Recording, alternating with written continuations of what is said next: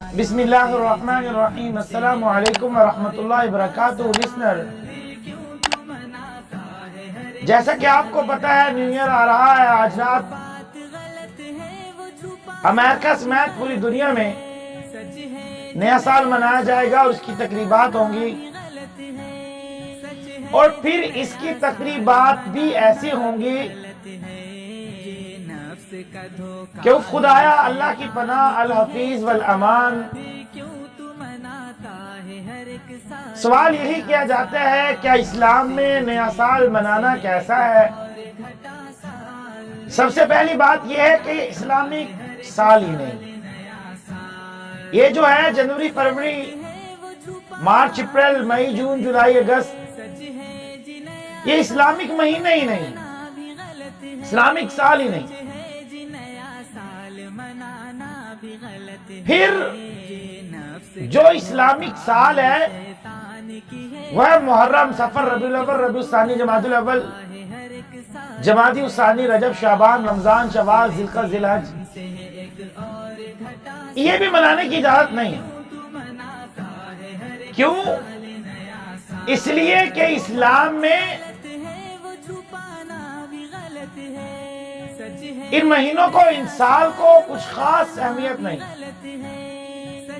حالانکہ کچھ دنوں کو اگرچہ اسلام میں اہمیت ہے، وہ کچھ ہی دن ہے، لیلۃ القدر وغیرہ، رمضان وغیرہ، لیکن نیا سال منانا اس کی ہرگز اجازت نہیں۔ اگر ایسا ہوتا تو نبی کریم صلی اللہ علیہ وسلم اپنے فرمان میں کہیں پر تو ارشاد فرماتے، آپ کی زندگی میں 63 مرتبہ نیا سال آیا لیکن آپ نے نہ منایا۔ اس سے یہی معلوم ہوتا ہے حدیث کی کتب وغیرہ میں کوئی ایسی حدیث نہیں، کوئی صحیح حدیث کا ہونا تو بہت دور ضعیف حدیث میں نہیں کہ جس میں نئے سال کے بارے میں رسول اللہ صلی اللہ علیہ وسلم نے کوئی خوشی کی تقریبات منانے کے لیے کہا ہو یا کوئی خوشی کی تقریب منائی ہو۔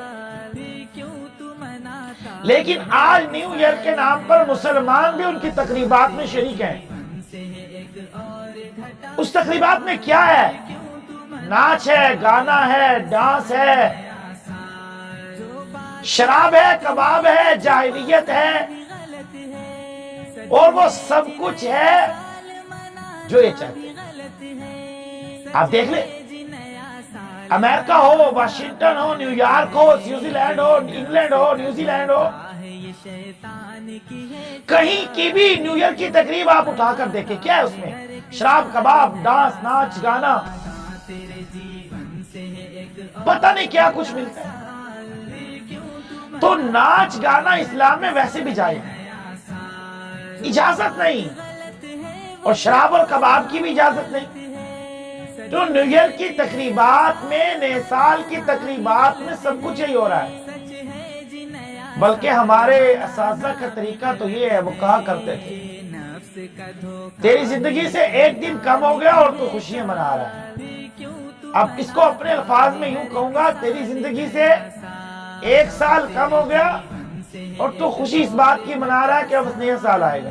تجھے فکر نہیں کہ میں نے کتنے نیک اعمال کیے، کتنے گناہ کیے۔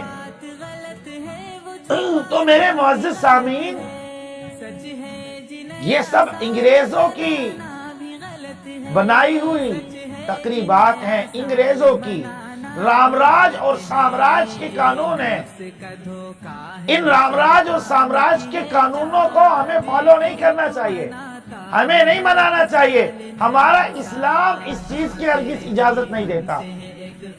حضرت عمر سے کسی نے پوچھا تھا نیروز کے میلے پہ چلا جاؤں، آپ نے منع کر دیا اور رسول اللہ کی حدیث سنا دی، من تشبہ بقوم فہو منہم۔ مگر آج کیک کاٹے جا رہے ہیں اور مسلمان ان کی تقریبات میں شامل ہو رہے ہیں۔ افسوس نہیں تو کیا ہے، بالکل غلط بات ہے۔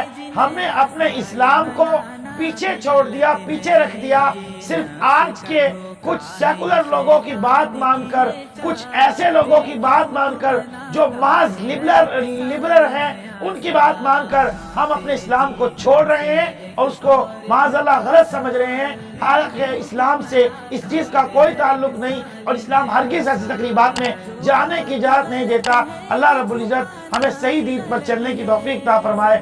وآخر دعوانا الحمدللہ رب العالمین۔